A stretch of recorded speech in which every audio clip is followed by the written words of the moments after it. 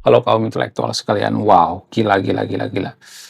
Luar binasa. Sepertinya video ini tidak akan disukai oleh warga Konoha. Sepertinya video ini akan dibenci oleh warga Konoha. Sepertinya video ini akan di-skip oleh warga Konoha. Karena apa? Karena video ini tidak disukai, ya ngajak mikir, ya kemudian mengganggu dan menggoncang keimanan. Jadi guys, beberapa hari yang lalu ada teman saya yang bertanya, "Bang, kenapa Ferry Irwandi itu masih percaya dengan agama padahal dia kan sangat anti dengan logika mistika?" Lalu saya nanya, "Apa hubungannya logika mistika dengan agama?" Lalu dia menjelaskan, ya, dia mengatakan, "Apakah," ya, dia cuma bertanya ya, "Apakah dalam agama itu ada unsur logika mistika atau tidak?" Dan kita akan menguliti gitu ya, apakah dalam agama itu ada istilah logika mistika atau tidak? Apa definisi daripada logika mistika? Kalau definisi daripada logika mistika itu kita menganggap bahwa kepercayaan kita, ya, kepercayaan kita itu yang berdasar mistis itu logika, walaupun itu tidak bisa dibuktikan secara ilmiah. Apakah hal seperti ini ada dalam agama? Apa yang ditentang oleh logika mistika? Dalam buku Madilog, Tan Malaka mengkritik bahwa warga Konoha itu sangat percaya dengan tahayul. Misalnya, kalau terjadi banjir, warga Konoha itu berpikir, oh ini ada penjaganya, ada setannya, dan lain sebagainya. Jadi, ini cara berpikir yang logika mistika, yang tidak bisa dibuktikan secara ilmiah. Dan apakah Ferry Wirwandi membenci ini? Yes, dia juga membenci yang namanya santet. Bahkan dia pernah mengatakan, kalau ada yang bisa menyantet saya, maka saya kasih Alphard. Nah, bagaimana dengan agama? Kenapa dia masih tetap beragama? Apakah ini cuma bertanya ya guys ya. Saya tidak mengatakan saya yang paling benar ya. Apakah ya Ferry Irwandi itu sebenarnya di luar-luar dia beragama tapi di dalam nggak beragama lagi? Apakah Ferry Irwandi itu sebenarnya sudah ateis, agnostik itu?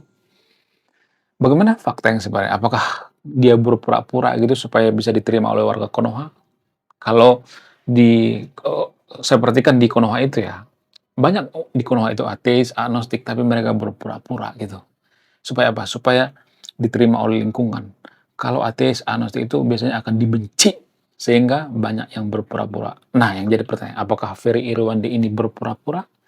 Saya akan kuliti di video ini, saya tidak akan berpihak pada siapapun, dan mohon maaf bagi pendukung Ferry Irwandi, saya tidak memojokkan Ferry Irwandi di sini ya, tapi saya bahas dari sudut pandang yang paling rasional. Apa itu faktanya? Apakah dalam kitab suci itu ada istilah logika mistika? Bicara tentang logika mistika, bicara tentang Madilog ya. Logika mistika ini kan dipopulerkan oleh Tan Malaka dalam buku yang berjudul Madilog. Sebenarnya kalau berjujur, saya tuh banyak kritikan terhadap Madilog. Mohon maaf ya, gini, Madilog itu menurut saya pribadi itu sangat keren banget ya. Mohon maaf bagi pecinta Madilog ya. Artinya gini, yang saya kritik dari Madilog ini bukan semuanya ya. Ada sebagian yang bermasalah menurut saya pribadi. Apa itu? Saya melihat Madilog ini terlalu mengeneralisasi gitu ya. Ya Madilog ini berpikir ya menurut keyakinan saya itu kalau kita berpikir rasional, berpikir logika gitu, tidak berpikir mistis, maka kita akan bisa jadi negara maju. Tapi pada faktanya nggak semuanya negara maju itu berpikir logika gitu. Mereka juga beragama gitu. Kadang-kadang berpikir tahayul juga seperti Amerika misalnya. Amerika itu masih percaya dengan hantu gitu. Kemudian tidak hanya itu, Korea Selatan, ya, Jepang juga ya. Cuman perbedaannya kita terlalu serius percaya dengan hantu ya. Kalau Korea Selatan itu percaya hantu tapi nggak terlalu banyak gitu ya. Kalau di Konoha banyak ya porsinya. Di Jepang banyak yang percaya hantu juga. Tapi kalau dibandingkan dengan yang tidak percaya, lebih banyak yang tidak percaya dengan hantu. Tapi kita bisa mengatakan bahwa mereka juga percaya dengan tahayul gitu ya. Percaya dengan hantu dan percaya dengan agama juga. Ya. Bagaimana dengan buku Madilog ini? Buku Madilog ini seperti, mohon maaf, menuhankan logika gitu, menuhankan rasionalitas gitu. Artinya gini, ada sesuatu hal yang saya kritik dari logika mistika ini. Apa itu? Dan ini juga sudah saya bahas di postingan YouTube saya gitu ya di channel kaum intelektual. Saya mengatakan ada sesuatu hal yang tidak bisa dilogikakan atau tidak bisa dirasionalkan. Apa itu? Sesajen ditaruh di hutan itu tidak bisa dilogikakan dan tidak bisa dirasionalkan. Kenapa? Apakah sesajen itu menyembah berhala? Enggak. Sesajen itu ditaruh ke hutan itu supaya hutan itu jangan digunduli, jangan dibotaki, ya, untuk menghindari penebangan pohon. Karena warga Konoha itu lebih takut dengan sesuatu hal yang angker, ya, daripada larangan langsung. Jangan nebang pohon di sini, warga Konoha nggak ngerti, ya, nggak ngerti ya. Jangan menebang pohon, jangan diganti dengan sawit. Oh, warga Konoha nggak ngerti ya, karena warga Konoha itu ada yang tergila-gila dengan sawit gitu ya. Di Konoha itu ada seorang pemimpin bernama Mr. Wowo, tergila-gila dengan sawit. Mereka nggak peduli apakah hutan itu angker, apakah di situ ada sesajen, nggak peduli ya. Yang penting apa? Yang penting cuan, yang penting sawit gitu ya. Ya sah-sah aja nggak jadi masalah ya. Kalau misalnya mengatakan, oh itu kan demi kepentingan kita, oh itu kan demi food estate dan lain sebagainya, nggak jadi masalah, sah-sah aja ya. Tapi jangan terlalu berlebihan gitu ya. Jadi itu yang tidak bisa dijelaskan oleh Madilog. Ada sesuatu hal mistis tapi tidak bisa dijelaskan secara rasional dan logika.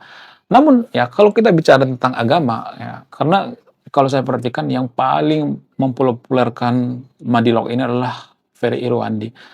Ferry Irwandi kan nggak percaya dengan santet, nggak percaya dengan hantu dan sebagainya ya. Karena itu dianggap logika mistika. Definisi daripada logika mistika itu tidak bisa dibuktikan secara empiris, tidak bisa dibuktikan secara ilmiah.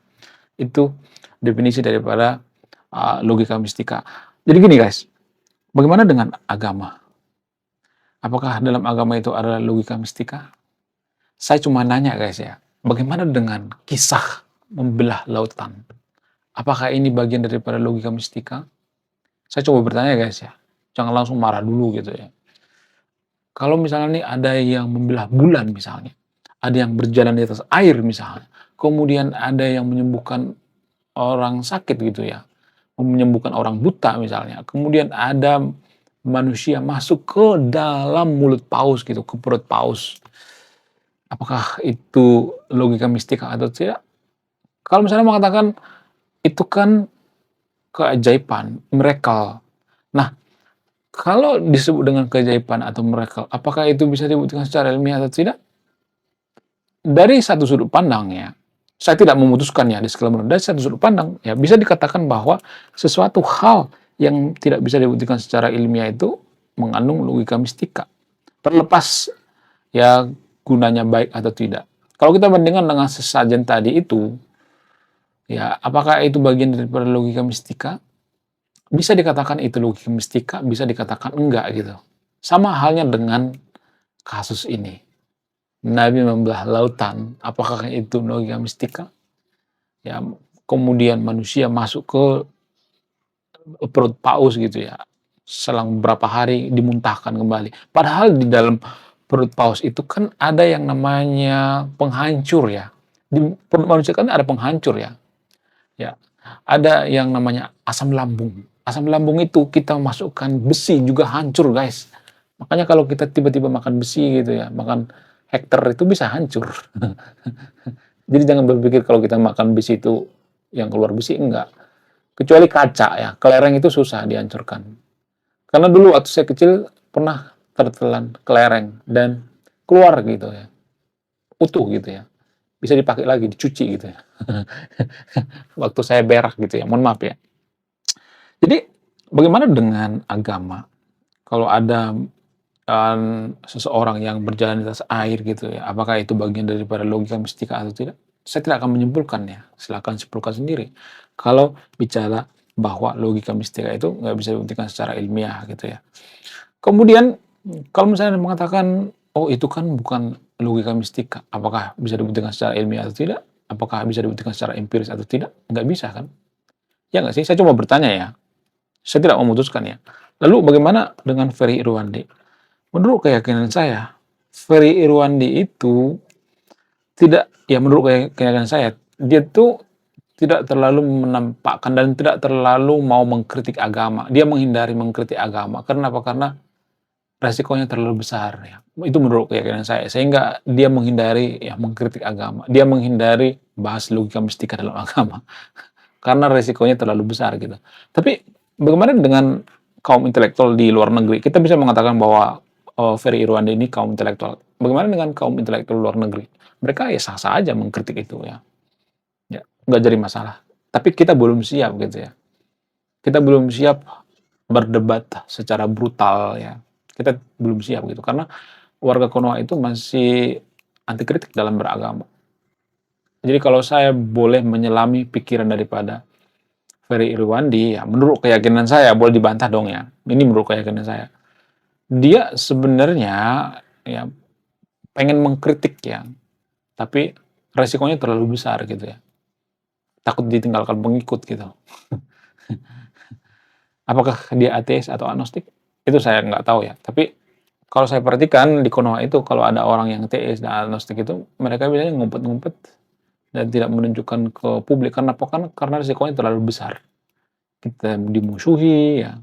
Kita bisa dimusuhi karena perbedaan pandangan gitu. Sehingga apa? Sehingga ngebunglon gitu. Munafik gitu. Budaya kita tuh kan munafik. Kita tuh munafik banget, guys. Kita mengatakan kita bertuhan, kita mengatakan kita rajin ibadah padahal kasus intoleransi di mana-mana, pencurian di mana-mana, kebohongan di mana-mana. Kita sebenarnya bukan orang yang beragama. Kalau agama itu mengajarkan kebaikan, mengajarkan kejujuran, enggak. Kita itu masyarakat yang sangat simbolis, masyarakat yang terlalu mau agama, terlalu mabok ritual-ritual. Itu dari sudut pandang keyakinan saya. Boleh dibantah ya, saya tidak akan menghakimi Anda. Saya tidak menggurui yang nonton video ini. Anda yang mau memutus. Tapi gini guys, kalau saya perhatikan, ya ada banyak keputusan kita sehari itu dipengaruhi oleh agama. Memilih pemimpin juga kita kan biasanya kan faktor daripada seiman ya. Makanya ada prinsip yang mengatakan pilihlah pemimpin yang seiman. Jadi suka nggak suka, mau nggak mau, agama itu juga mempengaruhi keputusan kita. Sangat mempengaruhi gitu. Kalau misalnya dalam agama itu diajarkan misalnya gitu ya, cukup imani saja. Ya, apakah kita akan bisa jadi negara maju? Itu yang jadi pertanyaan. Jadi perbedaan orang beragama di negara maju itu, walaupun saya mengatakan bahwa Amerika itu masih percaya tahayul gitu ya, walaupun nggak semuanya, tapi ketika mereka meneliti, ketika mereka kerja, mereka nggak bawa-bawa tahayul gitu. Mereka nggak bawa-bawa agama gitu. Mereka bisa memprivasi agama gitu. Itu perbedaannya. Mereka tidak simbolis gitu. Mereka dalam beragama itu, orang-orang negara maju itu dalam beragama itu, iman mereka menghasilkan kehidupan yang berkualitas ya, kemudian menghasilkan moral yang baik gitu ya. Maksudnya tidak mempersekusi rumah ibadah orang lain, membubarin paksa, ya intoleran dan sebagainya, nggak seperti itu ya. Yang nggak menjuliti orang lain gitu ya, nggak seperti itu. Lebih ya fokus pada moral gitu, fokus pada akhlak gitu ya, bukan fokus pada ritual-ritual. Itu perbedaan orang yang beragama di negara maju. Kalau di negara kita kan enggak. Ya, gimana caranya kita supaya kelihatan beragama gitu? Ya kelihatan soleh gitu ya, menggunakan simbol-simbol agama ya. Banyak warga Konoha itu beribadah itu karena apa? Karena lingkungan ya, karena sanksi sosial. Ya kalau kita nggak beribadah kan pasti nanti dikata-katain, lu beragama apa bukan gitu. Jadi banyak hal gitu ya yang dipertimbangkan kenapa warga Konoha itu rajin beribadah. Sebenarnya kalau boleh jujur ya, walaupun kita rajin beribadah, ya kalau boleh jujur dalam beragama itu kan ada dua macam ya ibadah. Yang pertama itu menggunakan ritual ibadah, kemudian yang kedua itu jujur ya, tidak mencuri, ya, kemudian berbuat baik gitu. Tapi itu kan yang paling susah. Kita mengambil langkah yang paling mudah yaitu melakukan ritual-ritual. Melakukan ritual-ritual itu nggak susah ya, cuman ya melakukan gerakan-gerakan apa susahnya sih? Cuman 2 menit, 3 menit selesai gitu. Apa susahnya? Yang susah itu menahan diri gitu, menahan emosi, ya kemudian berbuat baik gitu. Itu yang susah sebenarnya. Ya, berkesadaran gitu ya. Itu yang paling susah. Kalau untuk melakukan ritual-ritual ibadah, apa yang susah coba? Gak ada susahnya. Cuman melakukan ritual-ritual seperti itu susahnya di mana coba? Jadi ya saya menghimbau sama yang nonton video ini ya, dalam beragama kita harus fokus pada eh, karakter gitu ya, bukan cuman simbol-simbol. Kita tuh dalam beragama tuh lebih fokus pada simbol-simbol daripada karakter ya, daripada akhlak gitu ya. Menurut kalian gimana? Coba tulis kolom komentar ya. Saya tidak akan berbeda dengan Anda yang memutuskan. Wah, gila, luar biasa. Akhirnya buku kedua dan ketiga gua rilis juga. Buku kedua gua ini judulnya Budi Tanpa Pekerti. Dari judulnya sudah menarik. Dan kisah daripada buku ini sangat-sangat dilematis sekali. Di mana karakter dalam buku ini bercerita ada dua pilihan yang sangat sulit. Yang pertama, ketika seorang tokoh dalam buku ini tidak bawa-bawa agama saat kampanye, maka dia bisa dipastikan kalah. Tapi ketika bawa-bawa agama dalam kampanye, ketika dia bawa-bawa kalimat insya Allah, maka dia bisa dipastikan menang. Nah, yang jadi pertanyaan, kalau Anda di posisi karakter dalam buku ini, mana yang Anda pilih? Ini temanya sangat cocok dengan tema channel ini, bahas tentang agama. Kemudian tidak hanya ini juga menarik guys ya, Tanah Luka.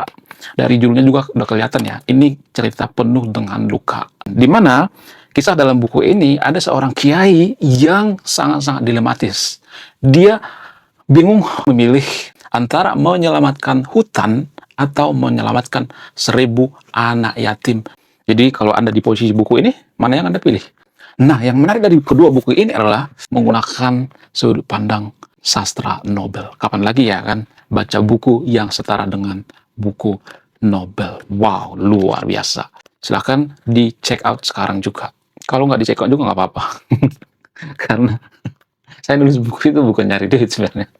Ya, karena saya pengen berkontribusi terhadap kemajuan bangsa kita. Itu tujuan saya nulis buku ya. Jangan lupa, link pembeliannya ada di pin komentar video ini.